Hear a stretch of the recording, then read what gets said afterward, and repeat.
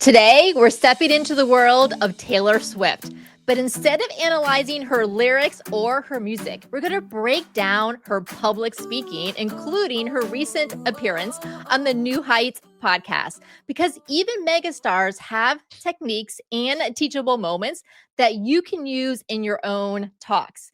Now, even before it was announced that Taylor was going to be on her boyfriend, Travis Kelce's podcast, Diane and I had decided that we were going to analyze the commencement speech that Taylor delivered at NYU in 2022. And then we listened to this recent podcast on New Heights, and we're like, wow, she actually mentioned that speech, which she hadn't mentioned any other speeches that she did. So we're like, oh, synchronicity, this Yes. was meant to be. So let me play a clip from her podcast appearance where she talks about this NYU speech. And then we're going to dive into 3 takeaways that you can use no matter what type of presentation or talk that you're delivering. It doesn't have to be a graduation or commencement speech. It can be any type of talk because Taylor has a lot to teach us. All right, let me cue up the podcast episode here. One of those was I was given an honorary doctorate from NYU, and I made the commencement speech, and I put so many lyrical Easter eggs in that speech that when the Midnight's album came out after that, the fans were like, the whole speech was an Easter egg. Yeah. And that's, for me, that's really fun. Go watch the entire 2-hour podcast episode. It is so well worth it. It was such a delight to hear her talk about not only getting back her master recordings, but the Eras tour and everything that she did on there. Obviously, how she and Travis met and dating, and then her new album that she dropped there on the podcast episode. She's so intentional about everything that she does, yet she's also feels very relatable and down to earth. And literally, even though she is this mega superstar, probably the biggest star in the world because of the Eras tour now, that you really feel like if you just ran into her at a coffee shop or somehow got invited over to her house for dinner, it would feel totally normal and natural. Yes, I feel like she is the most uncool, cool girl that there is, right? I feel like she's a cool girl because she's Taylor Swift and she's famous, but she's also that nerdy girl, right? That became the cool girl, but she's still nerdy. And I love that about her. She's very relatable. And in her NYU speech, she talks about cringe, right? And yes. how, which we'll talk about here in a little bit, about how we always do things probably that are cringe at a certain point of our lives, and we look back and we're like, oh my God, how could we have done that or worn that or said that or whatever, or been into something and like a trend or a fad. And so she's very, very relatable. And that's what we're going to talk about here in this episode. This is a new series that we're starting where we're going to react to big speeches. So like Taylor Swift's commencement speech at NYU, we're also going to look at really well-known TED Talks, Grammy speeches, Oscars, and so on, to break down what really works. So why are these speeches so compelling, and what you can learn to make your own talks and presentations unforgettable as well.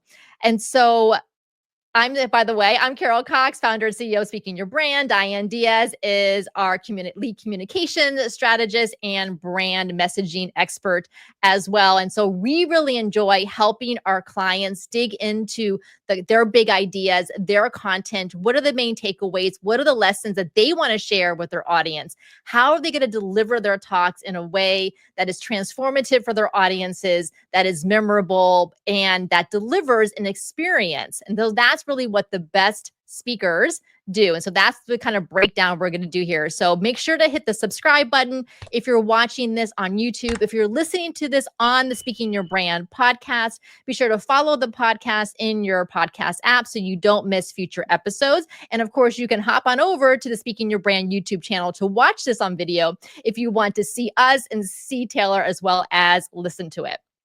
So Diane, we're going to share 3 specific tips, but I think this is the number one takeaway that I got when I watched Taylor's. It's about a 15-minute graduation speech, is that no matter who you are, no matter if you have performed 150 shows to sold out stadium-sized crowds, you can be relatable to any audience that you're speaking to. Now, you may think Taylor Swift, she didn't even go to college. She's so smart. She's so intelligent. She's so well-read, but she didn't have a normal college experience like those graduates at NYU had who were sitting there in the audience. So she could imagine what it was like to live in a college dorm or walk across campus to go to class, but she had not personally experienced that. And here she is instead jetting around the world on her private plane, right? Going and performing. And so you may think, well, how can she relate to anyone in the audience? But that truly is her superpower, is her relatability, not only through the lyrics that she writes, but through her performance, her persona, and her speeches and her podcast appearance as well.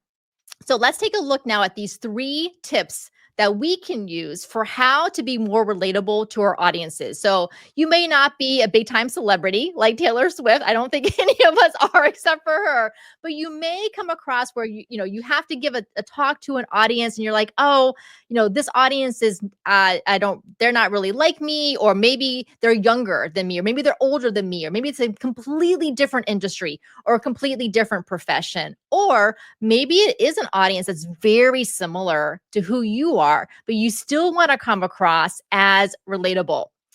And so no matter who the audience is or what size the event is, these are the 3 things that you can do. So the first thing, Diane, I'm going to have you talk to us about, because we did a whole podcast episode on this, which I'll link in the show notes. It's about using humor in your talks, and specifically self-deprecating humor. How did you find that Taylor did this in her graduation speech?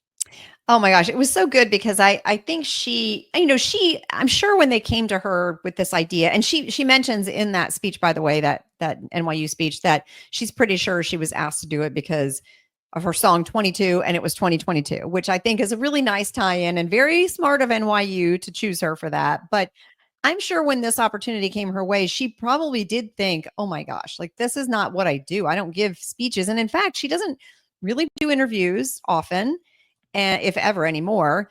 And on the New Heights podcast, we learned that was her first podcast. So I'm sure she felt very much out of her element, but yet she still did it. And I think she used that self-deprecating humor in the same way that she has used through any interview I've ever heard her, where she talks about being the nerdy kid, feeling kind of out of place. She even talks about that in some of her songs, right? Like I know in one of her lyrics, she talks about she feels like everyone is a sexy baby and she's the monster on the hill. You're too big to hang around and, lurching forward. And like, so she feels out of place. Right. And so she talks openly about that. And I think that's why her audience loves her, and why she gets, I think Travis mentioned that too, is what he noticed about her concerts, is that there were people of all age groups there. And now she bridges the gap between all these different age groups and all these different generations of people, because she's just a regular girl, because she talks about not fitting in, sitting in her room, writing music because she felt alone. Well, what can I do alone in my room? I can write music. I can play the piano. I can play the guitar. So she just tells those stories. And then when she tells those stories, we all think back to a time of like, oh my gosh, I remember that time when I felt out of place or didn't feel like I fit in. And now all of a sudden she is me and I am her, right? Like we are the same person. And that just draws you into her world. Yes, she's a mega millionaire, billionaire, whatever she is, flying on her private jet. I don't have that, but still yet she understands me. Right. And so that self-deprecating humor breaks down that sort of protective wall around us for not wanting to feel like we don't fit in, and lets us know it's okay, because she also felt that way. Right. So I love that she does that. And she does that, and she does that really well. She did that in the podcast interview that she did. Yes. So I have a clip I'm going to play. This is the very beginning of the commencement speech, and she does it right away, which is so important because she is who she is. Yes. And she wants to make sure the audience knows that she's there with humility. Yes. And with gratitude for being there to get this honorary doctorate, and not there basically like to tell them like like basically like wag her finger like I know better than you, because that's not at all how she would be. All right, let me play that clip here. Taylor,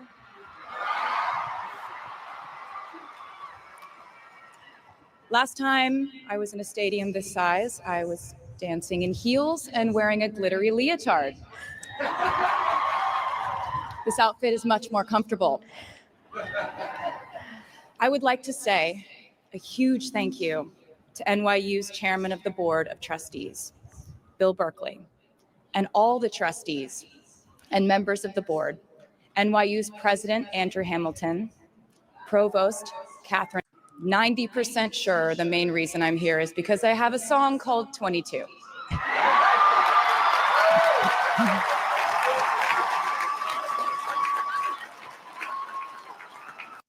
All right, so there's that part where she said, I'm pretty sure I'm here because I have a song called 22. So again, acknowledging that that's a self-deprecating humor, right? She's acknowledging why she's there and she's grateful for it, but like having this little kind of joke at herself about it. And here's the other thing that I love, which is hard for me to do, is what does she do? She pauses and she lets the crowd laugh and cheer and applaud. And she like lets them have that moment before she continues on. Yeah, she's so good at that. I think that probably that skill probably comes a lot from her performances, because she's very good with audience engagement. And imagine that she's playing to hundreds of thousands of people, not, 50, 100, 200, 600. Like, it's a lot of people. And yet she still makes every person in that 100,000 person audience feel like she is there for them. And she's very good at engaging with people. Right. And so I think that skill came in handy for this particular thing. Absolutely. And so for those of you thinking about for your own presentation and talks, think of a lighthearted moment or kind of a quirk that you have or something that you can laugh at about yourself, because that will make you more relatable. And I realized that I just did that by saying that I'm not good at letting the audience laugh or applaud. Like, I will run off the stage before taking the applause after a speech.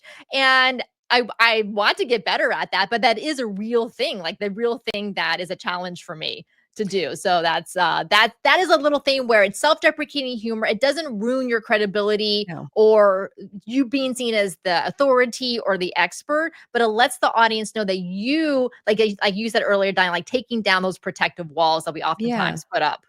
Yeah, I noticed too that she is using teleprompters. And which is, of course, because again, this is not her genre. So why would she not have teleprompters, right? But she's very comfortable in the sort of, not that it's uncomfortable, but she's comfortable in the constraints of that. And she's managing it quite well for someone who is not, yes, she's a performer, but she's not a speech giver, right? It's a totally different skill. And she's doing a great job of it, because I think everybody that's there knows the gig, right? Like she said, she's asked to do it because she's got a song called 22. And we all know she's a performer. She's not a speech giver. She's not there to tell them what to do, but she just disarms you with that, self-deprecating humor and just like calling it out, right? Yes. Okay. I have another clip of her with the self-deprecating humor that I think is a great example. So let me cue that up. Not the type of doctor you would want around in case of an emergency. Unless your specific emergency was that you desperately needed to hear a song with a catchy hook and an intensely cathartic bridge section. She knows her strengths, right?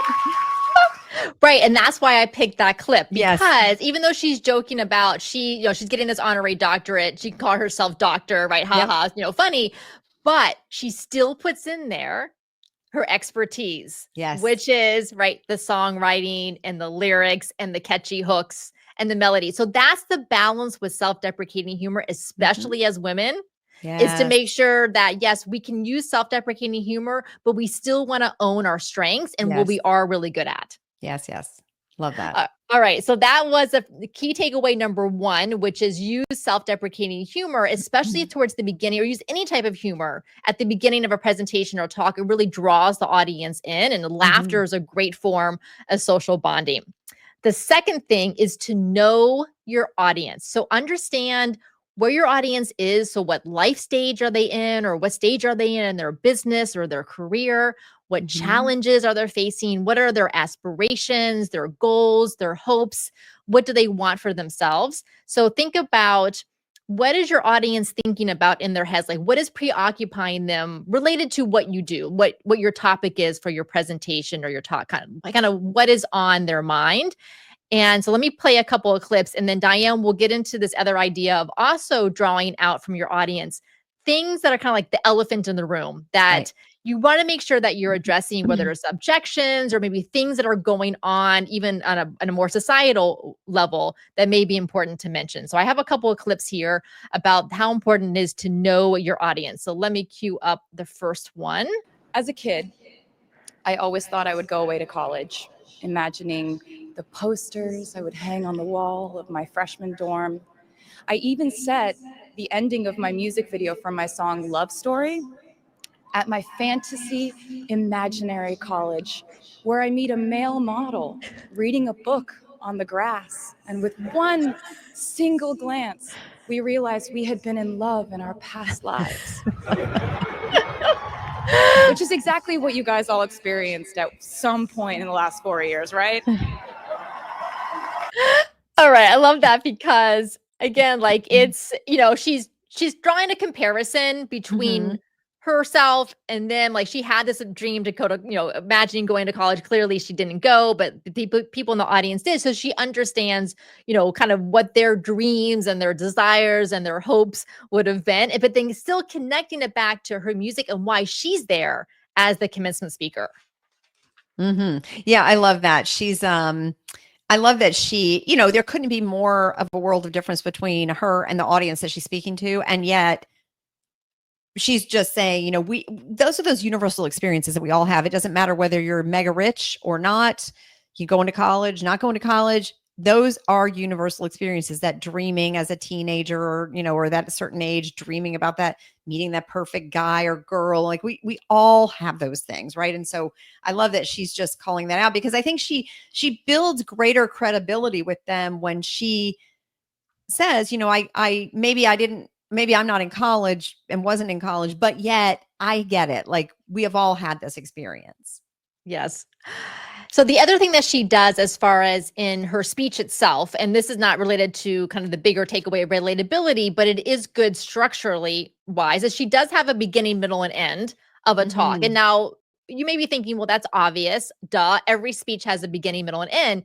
You would think so, but just because you start and then you have a section and then you have the end doesn't mean you have a beginning, middle, and end. No, sometimes they meander and it's very confusing. Yes. Yes. Just like songs, you can say, well, a song, I heard musical notes at the beginning and then the musical notes stopped at the end. Doesn't mean that it's a song. Like you have to have structure, just like Taylor Swift has structure to her song. So here she has a clear beginning where she, starts, she does her thank yous and acknowledgements to the people who are there, which is standard for a commencement speech. And then she kind of gets into the the what it would be like to go to college and writing her songs. And then she says she has some life hacks, some lessons for the audience. So she teased them up like, I'm going to share some of these life hacks. She says, I don't want to call it advice because I don't like unsolicited advice, but she has this life hack. So she shares the one thing about like life can be heavy, catch and release, that kind of thing. And then she has a second life hack. And I'm going to play the beginning of that part here.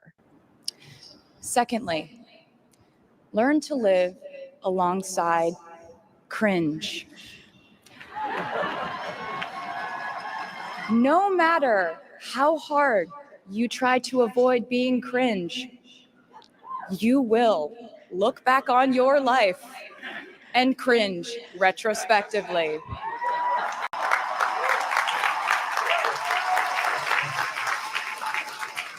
Cringe is unavoidable over a lifetime.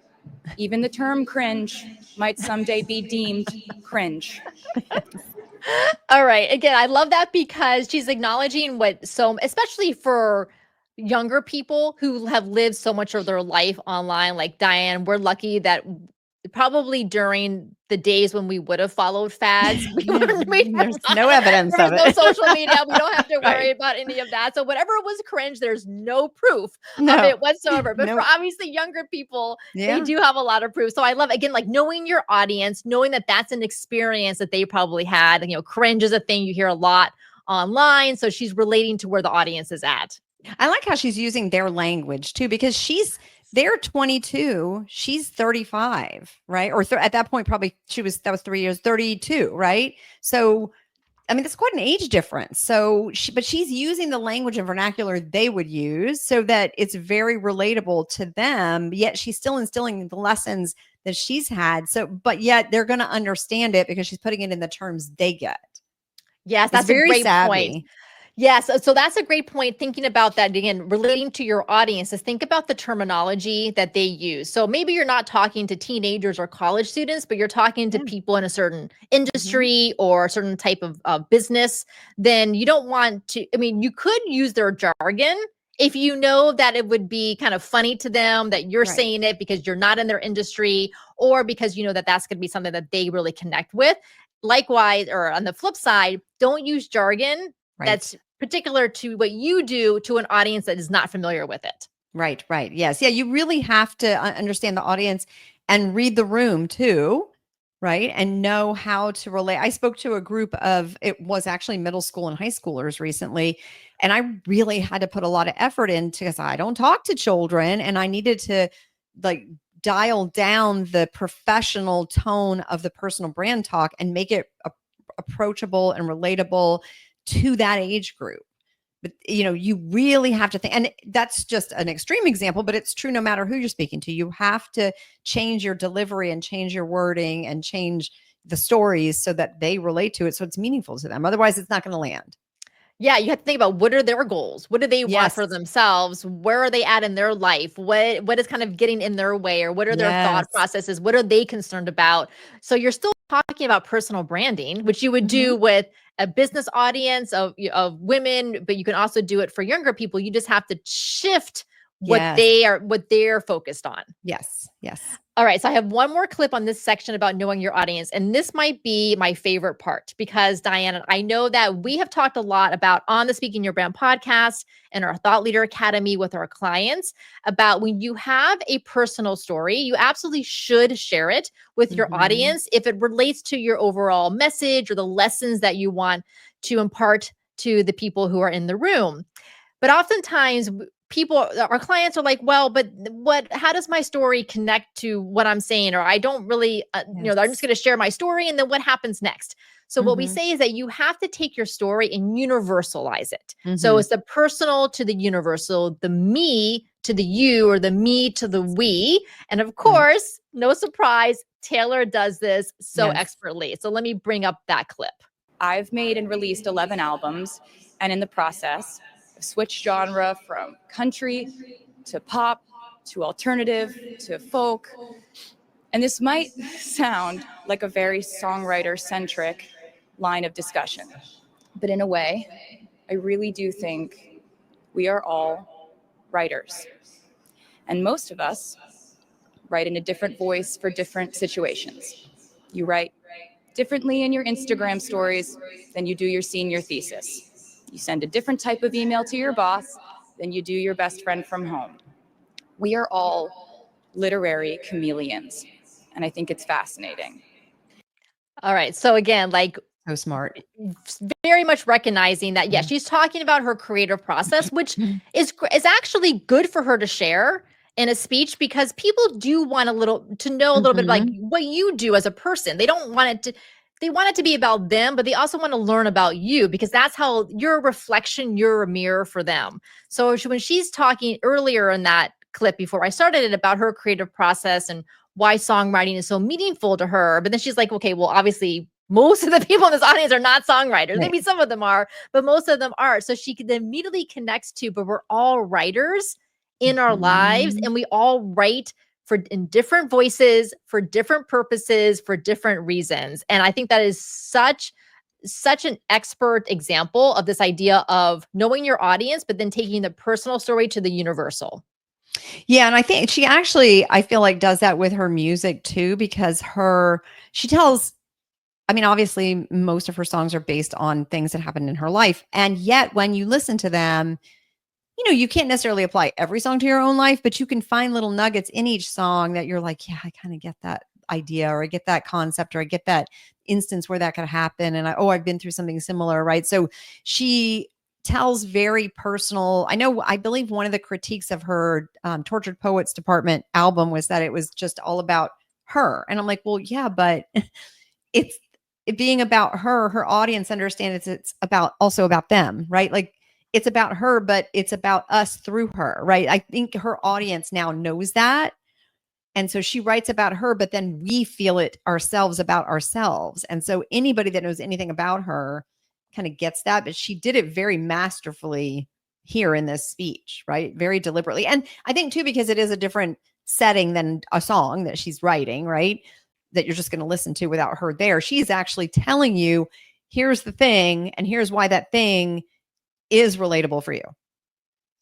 Diane, let's talk about objections. And again, Yes. I know a lot of times when we're working our own presentations or we're working with clients, I'll often say to them in our VIP days, and I'll say, okay, so what do you think people in the audience are thinking to themselves right now? So, because they'll say, our clients will say something like, well, but what if they've already heard this before? Or what if they've tried this and it didn't work, or whatever it happens to be? Yes.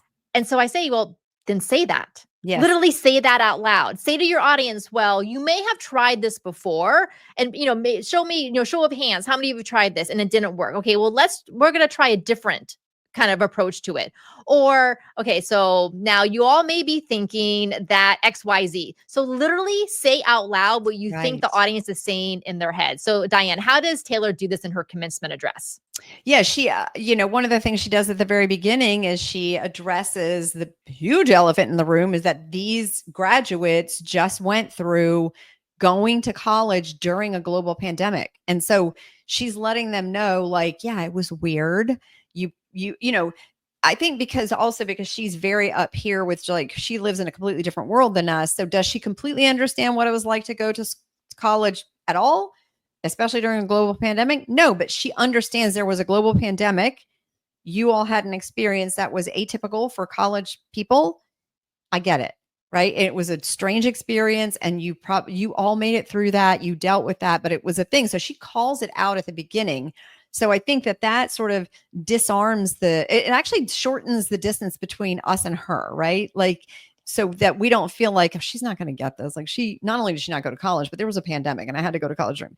No, she's saying, like, I get it. You went to college during a pandemic, right? And so she just puts it right out there. It is an old sales technique, right? To state the objections, like, I know this XYZ product or service seems really expensive, and I'm sure your budgets are tight right now. Like, I get it, but blah, blah, blah, right? So that is what she does. She sells them the idea of what she's going to talk about and says, listen, I know you went through a pandemic, but I'm going to share some hacks with you, right? So I love that she just states it outright, because they all know that. Well, it would feel weird if she didn't address it. Because again, now in 2025, you wouldn't be addressing it, because people are like, no, I don't want to talk about the pandemic. But in May of 2022, very much it was still top of mind for everyone. And it was so central to their college experience. And if she hadn't addressed it, and if you're as a speaker, if there's something going on, discernment plays a role here. But if you don't address something that is really like top of mind for the audience, it's going to feel like you literally took your speech off the shelf. Yes. You had it memorized. And click play on yourself. Yes. And you just said the whole thing. And it feels inauthentic and ungenuine. Yes. When that happens. I think she is probably one of the best people at addressing timely things that are going on with her audience, because she's not a person who's out there. She doesn't do a lot of interviews. She's not on social media. She of course has social media presence, but she's not on there. And so when she addresses something, she does address instances like there was, I think her concerts in Vienna had to be canceled because there was some sort of a bomb threat or something. So they had to cancel all the shows. Now, of course she has to address that, but of course she has a team helping her with this, but I think she is the leader of that message. And you can tell when the message comes out that it's very Taylor Swift, right? It's full of caring. And so I'm sure when she's crafting this speech, she's aware, like, what have these young people been through? right? Like, what have they been through? What have they been dealing with that I need to just make sure I say, like, yeah, I get it. You've gone through this and this and this, right? So I think she's very good at that. Very good at that.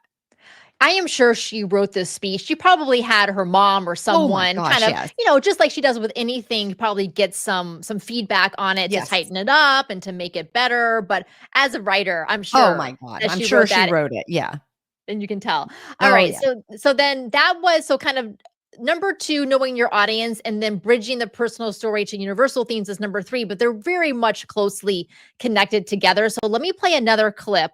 And this is getting towards maybe like a little pat over halfway through her talk, where she talks about perfectionism. And now perfectionism is really the core of this speech that she wants the college grads to learn from, her own struggles with perfectionism and being this young female role model, especially in those like mid 2000s to late 2000s era, when like the tabloids and the TMZ websites were just brutal, especially when it came to younger women celebrities and the public eye, and about this idea of it's okay to make mistakes. It's okay to be vulnerable. Like, things are going to happen. You're not going to be perfect, and to learn from it. So let me play a couple of clips from that. See, I was a teenager at a time when our society was absolutely obsessed with the idea of having perfect young female role models. It felt like every interview I did included slight barbs by the interviewer about me one day running off the rails. And that meant a different thing to every person who said it to me. So I became a young adult while being fed the message that if I didn't make any mistakes, all the children of America would grow up to be perfect angels. However, if I did slip up, the entire earth would fall off its axis, and it would be entirely my fault, and I would go to pop star jail forever and ever.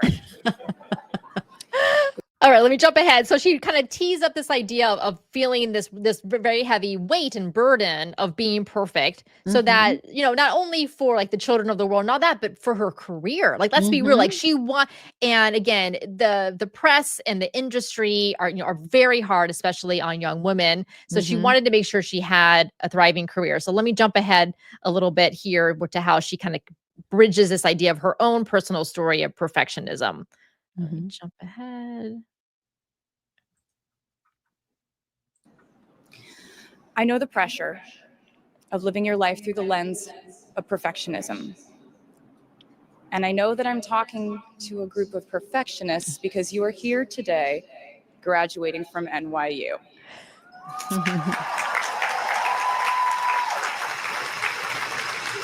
So this might be hard for you to hear.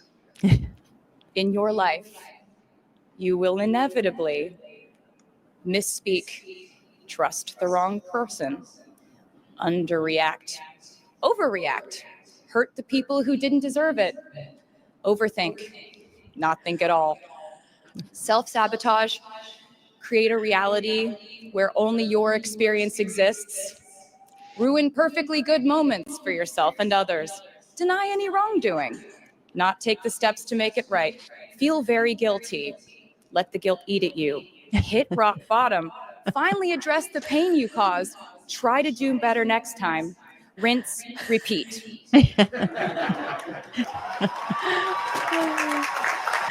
All right, so super relatable, right? I feel like my gosh. she hit them all. That everyone in the audience has had. We've all been on that train, with all of that, right? Yes. Yes. Oh, So yeah. again, like taking that personal experience that she had, because most people in that audience, and certainly us, like, we weren't teenagers in the public eye like she was when she was a teenager, but we've all had those experiences of wanting perfectionism, and then the mistakes that happen. Yeah, I love that how it's like, well, here she is, this big famous person. She's been through it, but she's also letting everybody, and they all know, we've all been through that, but she's letting them know everybody's going through this. It's not abnormal. This is going, and it's going to happen again, because that's life.